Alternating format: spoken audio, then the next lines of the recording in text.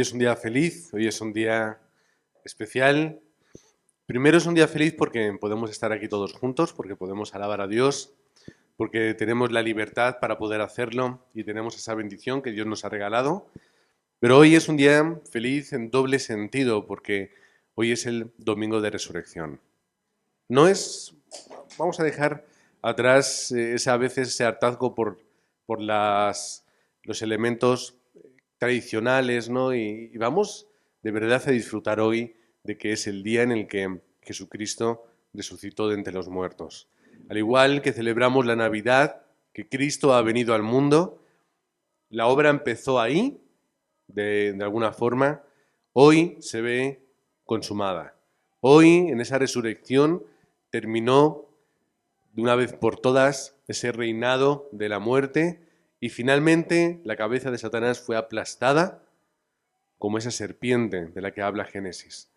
Y es la victoria en la que nosotros estamos, la victoria de la vida ante la muerte, la victoria de la luz ante la oscuridad, la victoria de aquel que está en Cristo frente a este mundo que es tan difícil y tan complicado, tan injusto, pero que hoy vemos y recordamos que Cristo está vivo, que Cristo ha resucitado.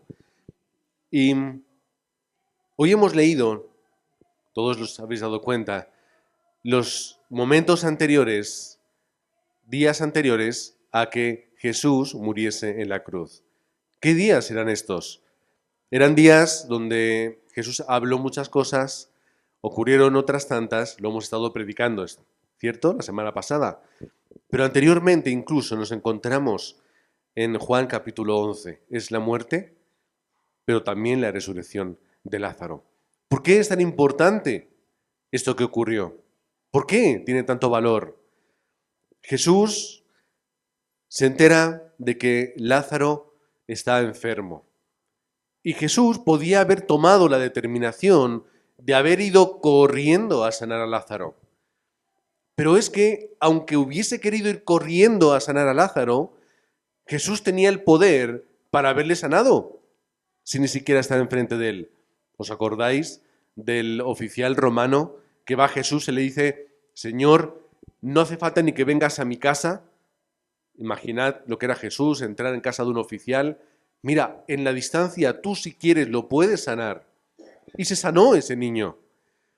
Si Jesús hubiese querido, Lázaro hubiese estado sano. No le hubiese ocurrido nada. Seguramente Jesús no hubiese llegado a tiempo de sanarle en persona. Si haces un poquito el cálculo de los días y demás, seguramente Lázaro murió poco después de que los mensajeros se fuesen, hubiesen tardado un día en llegar, Jesús hubiese preparado otro día en volver, y cuando vino Jesús ya llevaba 4 días muerto, no le hubiese dado tiempo. Pero ¿por qué Jesús se tomó esa tranquilidad si era alguien tan amado? Lázaro para él. ¿Por qué Jesús se tomó tanta tranquilidad? Lo dice la palabra de Dios. Dijo: esta enfermedad no es para muerte, sino para la gloria de Dios, para que el Hijo de Dios sea glorificado por ella. Había un plan detrás de la enfermedad. Había un plan que Jesús conocía y que estaba preparado. Versículo 5. Amaba Jesús a Marta, a su hermana, y a Lázaro. No era una cuestión de desinterés. Les quería y les amaba, pero eso no quería decir que no fuese necesario pasar por esa circunstancia. Al final, él toma la decisión: vámonos. Hemos estado aquí 2 días con la noticia, pero tenemos que ir otra vez a Judea. Tenemos que ir otra vez a Betania. Betania estaba como a menos de 3 kilómetros de Jerusalén. Y ya habían intentado apedrearle, ya habían intentado atraparle. Estaban hablando y querían acabar con Jesús. Ir a Betania era jugarse la vida. ¿Por qué Jesús iba a hacer algo así? Finalmente, dice la palabra que Tomás dice: venga, pues vamos a morir todos con Jesús. Yo sigo con la incertidumbre de si era ironía o cinismo o de verdad Tomás, aquel que no se creyó en la resurrección de Jesús, aquel que que Jesús le tuvo que decir, ven y tócame, de verdad él tenía las ganas de ir y morir por Jesús o pensaba que lo más inteligente era quedarse fuera. Pero era necesario. Y cuando Jesús dice, vamos a ir, porque Lázaro duerme, ¿sabes qué es lo que pensaron los discípulos que quería decir Jesús? Que estaba durmiendo de verdad. Y dicen, hombre, si está durmiendo, eso le va a sentar bien y va a sanar, dice la palabra de Dios. Y finalmente, en el versículo 14, Jesús les tiene que decir, Lázaro ha muerto. No es que esté durmiendo, no está echándose una siesta, no está descansando. Cuando digo que duerme, es que duerme del todo. Y se lo dice ahí, y me alegro por vosotros de no haber estado allí para que creáis. Mas vamos a él. Me alegro de no haber estado allí para sanarle, porque el sufrimiento de Lázaro, la pérdida de Lázaro y luego la obra de Jesucristo era necesaria para los discípulos. ¿De verdad era necesario que muriese Lázaro? ¿Cuánto dolor? No solamente su muerte en sí misma, sino la muerte el dolor que causaría delante de todos. Pero ellos van a Betania. Y os acordáis, cuando llega a Betania, ¿quién está esperando? ¿Quién va a recibirle? Marta. Quizá era una cuestión de ir a recibir a Jesús por amor, por cariño, por respeto. Posiblemente al ser la mayor tendría quizá una responsabilidad de atender a los que llegaban. No lo sabemos. Lo que sí sabemos es que seguro Marta le dijo, Señor, si hubieras estado aquí lo hubieras sanado. Había una certeza absoluta en que Jesús podía sanarle. Creían en él absolutamente. Es lo mismo que luego dice más tarde María cuando se encuentra a las afueras de la ciudad con Jesús. Si hubieras estado aquí lo hubieras sanado. Seguramente lo hubiesen hablado entre ellas. Si Jesús hubiera estado aquí. Si hubiéramos llamado, hubiéramos ido a llamarle antes. Pero no estaba ahí Jesús. Lázaro murió, su hermano estaba muerto. Estaban tristes, estaban llorando. Familiares, amigos, conocidos, todos llegaban al funeral. Estaban velando, la costumbre de velar 7 días. Estaban todos llorando porque además eran muy expresivos, todos lloraban. Y además el texto lo dice de una forma que quiere decir no solamente un llanto de ¡ay, estoy triste! Era un llanto muy expresivo. Lo exteriorizaban mucho. Pero Jesús tenía un mensaje y una labor muy importante cuando habló con Marta. Le dijo, Marta, tu hermano va a resucitar. Y claro, Marta, como buena judía, entendía, claro, resucitará el día del mañana cuando llegue el día del Señor. No, Marta, tu hermano va a resucitar ahora, pero tienes que creer en que eso va a ocurrir. Y la confesión de Marta llega en este momento. Yo soy la resurrección y la vida, el que cree en mí, aunque esté muerto, vivirá. Esto es el corazón del motivo por el cual Jesús permitió que Lázaro muriese. Y todo aquel que vive y cree en mí no morirá eternamente. Y le pregunta, ¿tú crees esto, Marta? Y Marta le responde, sí, Señor. Yo he creído que tú eres el Cristo, el Hijo de Dios que has venido al mundo. Cree, tú puedes hacer lo que tú quieras. Tú eres el Mesías, tú eres aquel que va a darnos la respuesta. Seguramente no comprendía todo lo que quería decir el Cristo. Tendría seguramente un pensamiento no solamente del poder, pero también de cómo iba a reinar. Seguramente no entendía correctamente quién era Jesús, pero sí tenía fe en él. Sí tenía una fe absoluta. Jesús quería transmitirle el verdadero mensaje del Mesías. El Mesías no viene a reinar políticamente o militarmente. El Mesías venía a reinar espiritualmente. De ahí el mensaje, yo, que soy el Cristo, vengo a dar vida a los que están muertos. No vengo a que tú crezcas, a que tú seas próspero, a que tú te enriquezcas. Vengo a darte vida. Y este es el mensaje de Jesucristo. Hay una gran cantidad de personas que están con María, con sus familiares. Y ocurre algo muy curioso, y es que dice el texto que cuando Jesús Versículo 35. Al verla llorando y a los judíos que la acompañaban, también llorando, se estremeció en espíritu y se conmovió. Cuando yo estaba estudiando este texto, veo que la palabra estremecerse en espíritu, digo, ¿qué quiere decir? ¿Que estaba triste? Que es lo que podríamos entender fácilmente, ¿no? Cuando leemos. Estaba muy triste. Pero la palabra que Juan escribe originalmente tiene un origen muy profundo, que es como el resoplido de un caballo.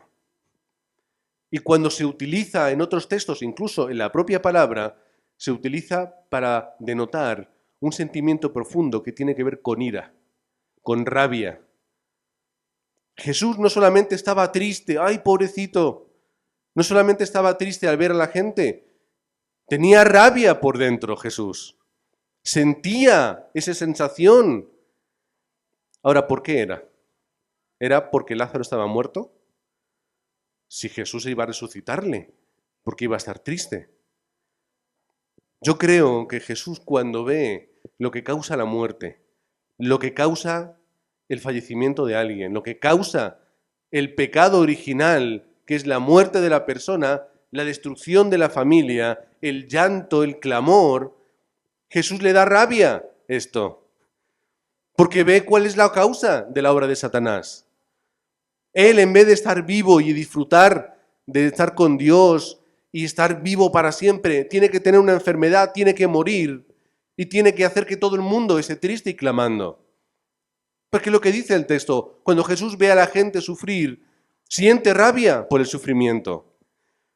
Porque no tendría que ser así. No tendríamos que estar sufriendo por lo que ocurre en nuestra vida. No tendríamos que sufrir por la enfermedad. No tendríamos que sufrir por la pérdida de las personas. Es culpa de la obra de Satanás y es culpa del pecado. Y eso a Jesús le da rabia. Eso a Jesús le molesta.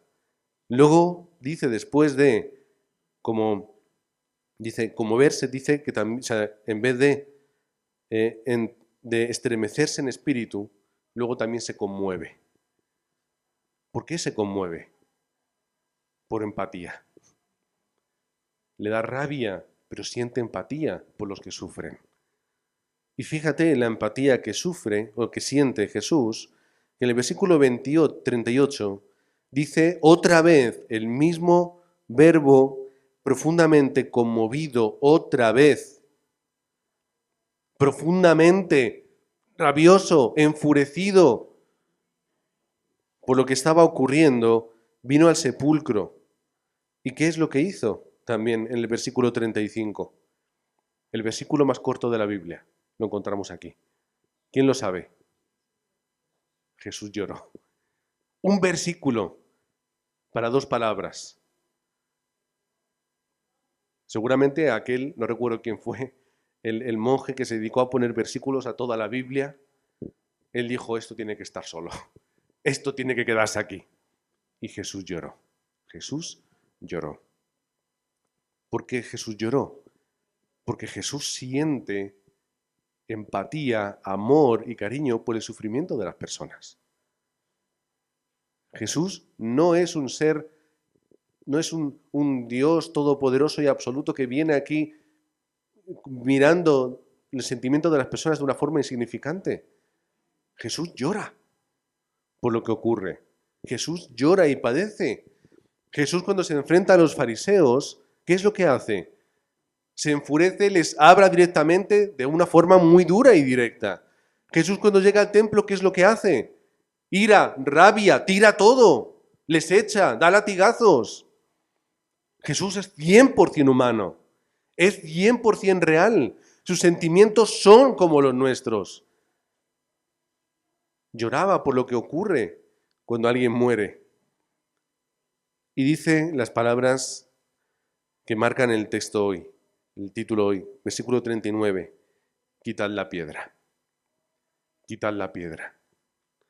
Lo que separaba de la muerte a la vida era una piedra.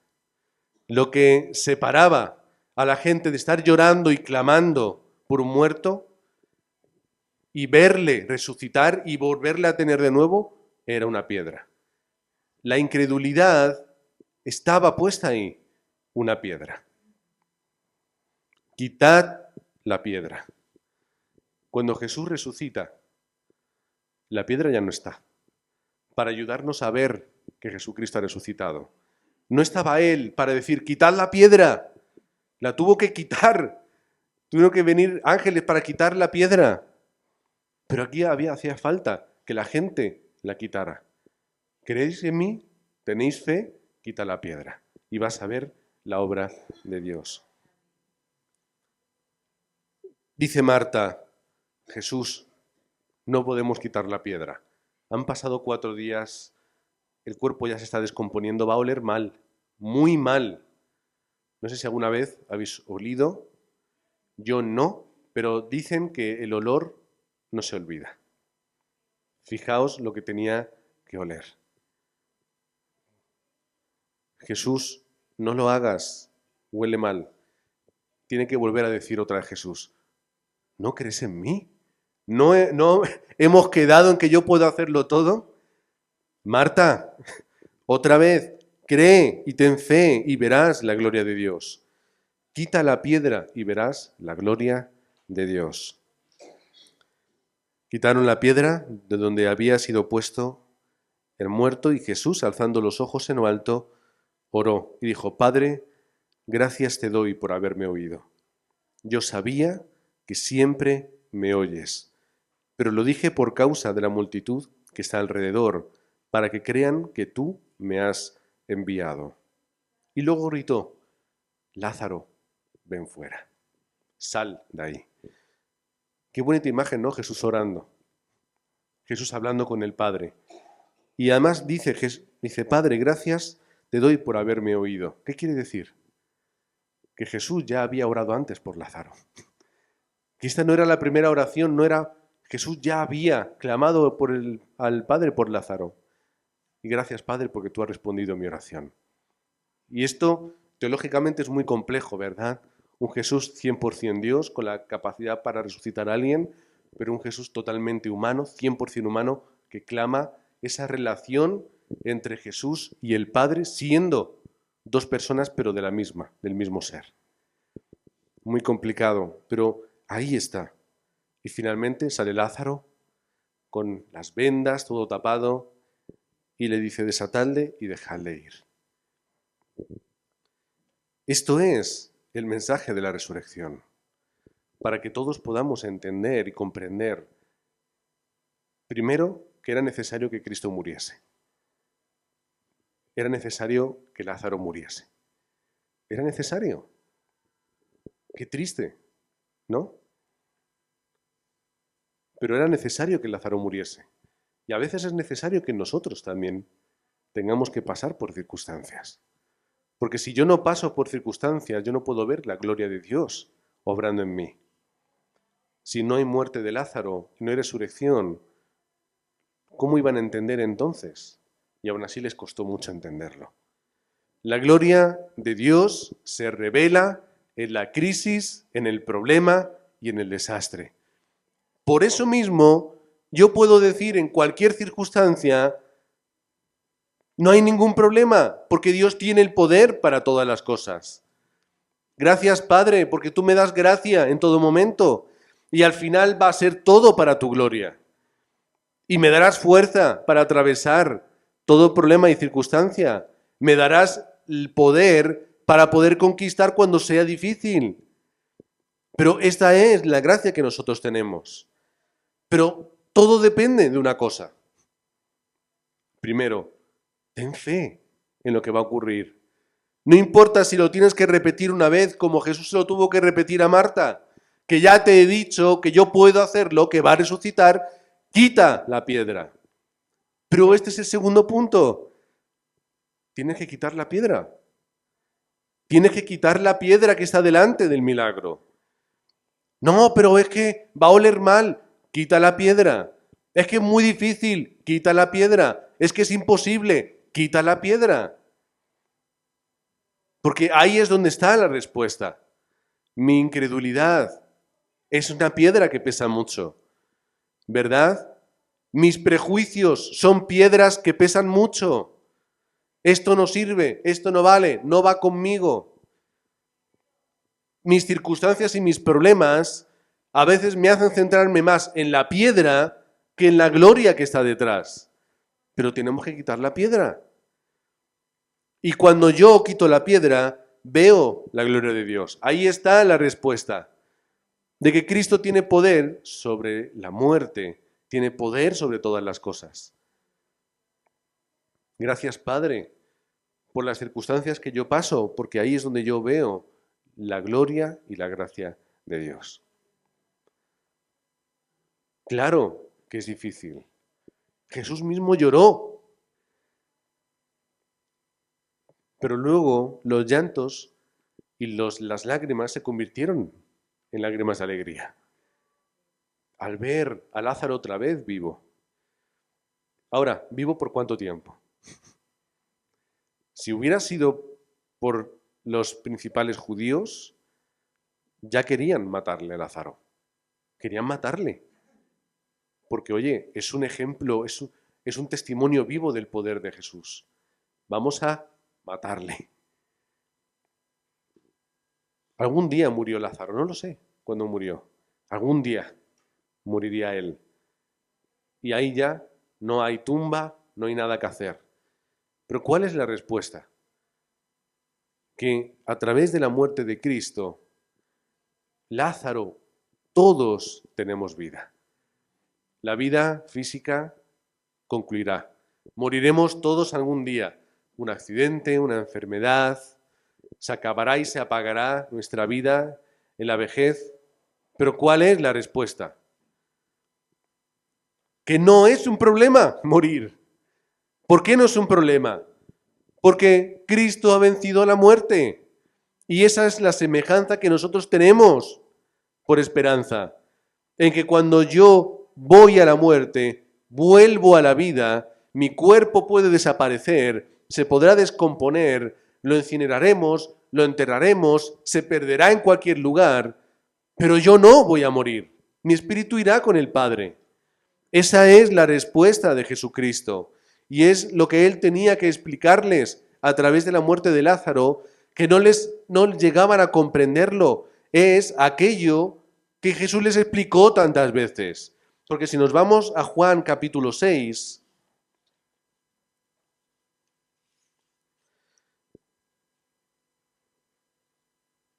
6:40, dice el texto: y esta es la voluntad del que me ha enviado, que todo aquel que ve al Hijo y cree en Él tenga vida eterna, y yo le resucitaré en el día postrero. Es que ya estaba hablando de esto desde hace mucho antes. Que en Cristo no hay muerte, hay victoria y hay poder. Y si Cristo puede vencer a la muerte, ¿qué es lo que no puede hacer en mi vida? Y aunque me cueste la vida, eso va a ser ganancia para mí, porque estaré con el Padre, se acaba el problema. Hoy vamos a hacer la Santa Cena. ¿Qué es la Santa Cena? Del capítulo 6, vamos al versículo 35. Yo soy el pan de vida, el que a mí viene nunca tendrá hambre, el que en mí cree no tendrá sed jamás. Esto es el significado de la Cena del Señor, que tomando el pan y tomando el vino, ni hambre ni sed, nunca voy a necesitar nada porque lo tengo todo en mí. No voy a buscar nada más porque ya yo tengo lo que es absoluto. Y es lo que yo tengo que hacer en mi vida, quitar la roca y tomar ese pan y ese vino. Tomar el alimento espiritual, que es lo único que yo necesito en mi vida. Y es lo que Jesús les tiene que explicar ahí, después de haber alimentado a los 5.000. La gente busca el alimento, la gente busca el milagro, busca las señales. Pero yo soy el camino, la verdad y la vida. ¿Quieres ir al Padre? ¿Quieres tener la respuesta? Solo a través de Cristo. Es como podemos hallarla. Si nos vamos un poquito incluso más antes en el Evangelio de Juan, capítulo 4, versículo 13, habla con la mujer samaritana: cualquiera que bebiere de este agua volverá a tener sed, mas el que bebiere del agua que yo le daré no tendrá sed jamás, sino que el agua que yo le daré será en él una fuente de agua que salte. ¿Para qué? Para vida eterna. No es solamente Jesús el método para esta vida. Jesús es el método para esta vida y para la venidera. Es absoluta la obra de Jesucristo.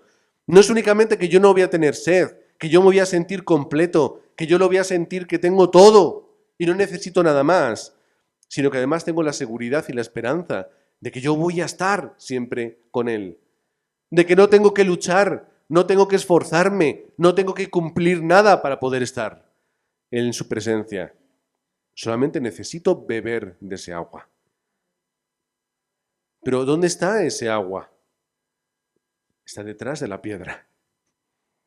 Si yo no voy, si yo no creo, si yo no muevo esa piedra de incredulidad y veo la gloria de Dios, voy a quedarme siempre llorando por lo que ocurre. Estaré llorando siempre, estaré triste, estaré inseguro, me sentiré mal. ¿Por qué? Porque Lázaro ha muerto, porque hay problemas, porque hay circunstancias. Pero cuando yo muevo la piedra, lo imposible se hace posible. Y digo, mira, es cierto, la gloria de Dios sucede y tengo toda la respuesta. Y es ahí donde nosotros tenemos que acudir, a quitar la piedra de nuestra vida. Y quitando la piedra de nuestra vida es que hallamos toda respuesta.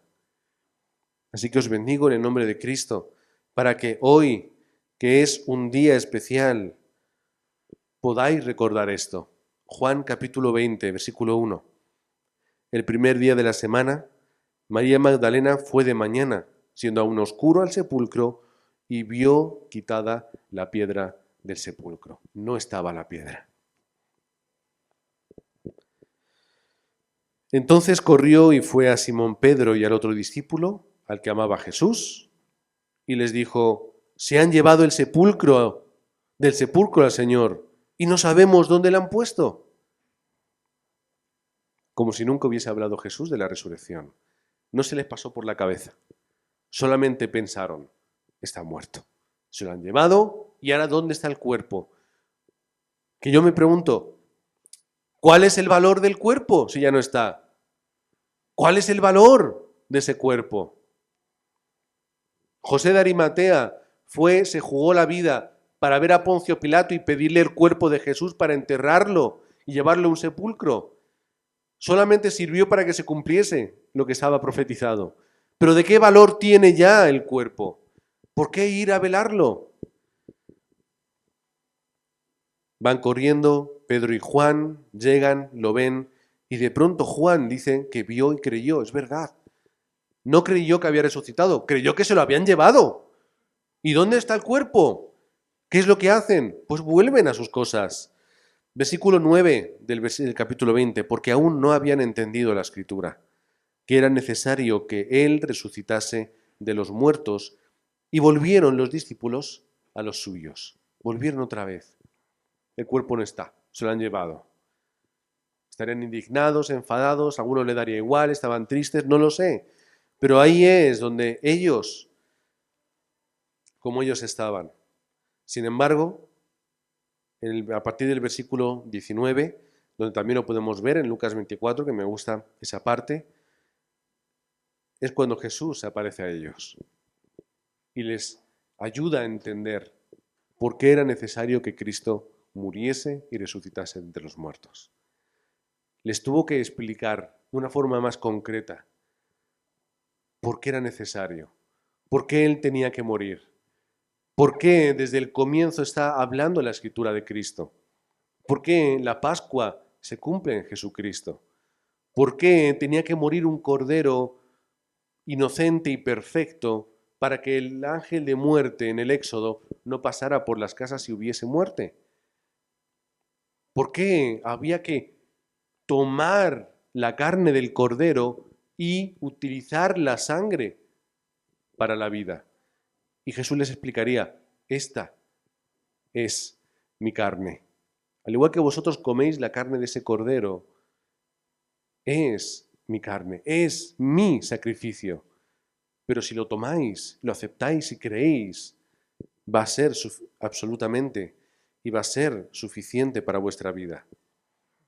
Y todo el mensaje Jesús se lo tuvo que dar ahí. Porque no podéis salir de los estados del no creyente. Porque no podéis hacerlo por vuestras fuerzas. Porque vais a seguir luchando a contracorriente.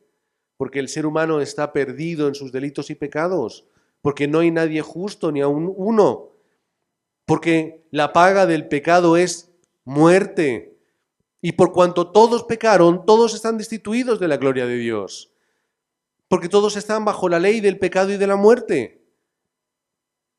Todo esto Pablo lo explica en Romanos. Pero ¿qué ocurre? Que Dios nos da la gracia, el regalo, a través de Jesucristo. Y para poder pagar por mis pecados personales, una vez para siempre, Él tuvo que morir de una forma injusta, pero de una forma efectiva. Y eso que era tan injusto, tan efectivo, es lo que hoy estamos celebrando. No que Jesucristo murió y no vamos a sacar un Cristo tallado en piedra, en madera, en plástico, lo que sea, y lo vamos a perseguir y vamos a llorar, porque Jesús, Cristo, ya ha cambiado nuestro lamento en alegría. Y la obra de resurrección es la muestra de que yo estoy y estaré vivo en Él. Y eso es un mensaje de gracia. Da igual que persigamos o no sigamos una estatua. ¿Qué es lo importante? Que yo experimente el Evangelio.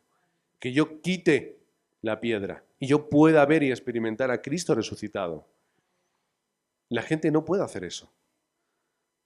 La gente solamente puede seguir una tradición, seguir una cultura, seguir lo que se ha hecho siempre. Yo cuando veo a la gente seguir esas procesiones, que el domingo pasado lo veíamos, los que ibais en coche, os disteis cuenta que en la iglesia de Parla Centro, la iglesia católica, había un montón de gente, estaban sacando, no sé lo que era porque no lo alcancé a ver, y le digo, mira chicos, mira eso. Entonces le explicábamos a los niños y todas esas son oportunidades para poder hablar a los remanentes. ¿Hablar de qué? De que Cristo está vivo aquí. No solamente una vez al año cuando tú paseas algo. De que Cristo está vivo en tu vida. Y como dice la palabra, es necesario que yo me vaya, hablando de Cristo, para que el Espíritu Santo pueda llegar a vuestra vida. ¿Cómo está Cristo en nosotros? A través del Espíritu Santo. Hoy es un día también donde nosotros estamos diciéndole al Espíritu Santo, bienvenido a nuestra vida, a mi corazón. Porque a través de la obra del Espíritu Santo, yo que quito todas las piedras que hay en mi vida, todas las barreras, todo lo que coloco enfrente o en medio de disfrutar del Evangelio. Y por eso yo hoy puedo estar feliz, porque lo tengo todo en Cristo. Todo lo puedo en Cristo que me fortalece, porque Él es el que ha vencido la muerte. Y si yo estoy con Él, ¿quién va a estar contra mí?